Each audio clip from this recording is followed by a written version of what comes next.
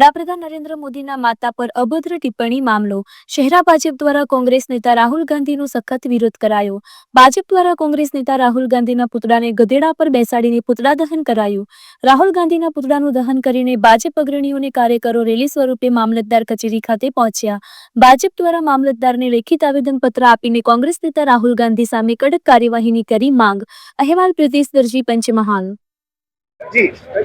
અમારા શહેરા તાલુકામાં 124માં લોકપ્રિય ધારાસભ્ય જેઠાભાઈ ભરવાડ સાહેબના માર્ગદર્શન હેઠળ આજે અમારા તાલુકા નગરની તમામ મહિલા મોરચાની તમામ સક્રિય સભ્ય કાર્યકર્તાઓ અમે રેલી કાઢી છે। આવેદનપત્ર મામલતદાર સાહેબ શ્રીને આપ્યું છે અને પુતળાનું દહન પણ રાહુલ ગાંધીનું અમે કરેલું છે।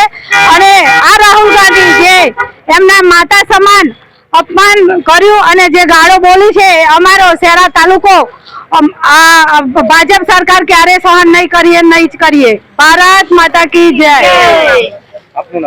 મારું નામ કૈલાસબેન મહેન્દ્રભાઈ વાડન, દારાપુર, તાલુકો શહેરા, જિલ્લો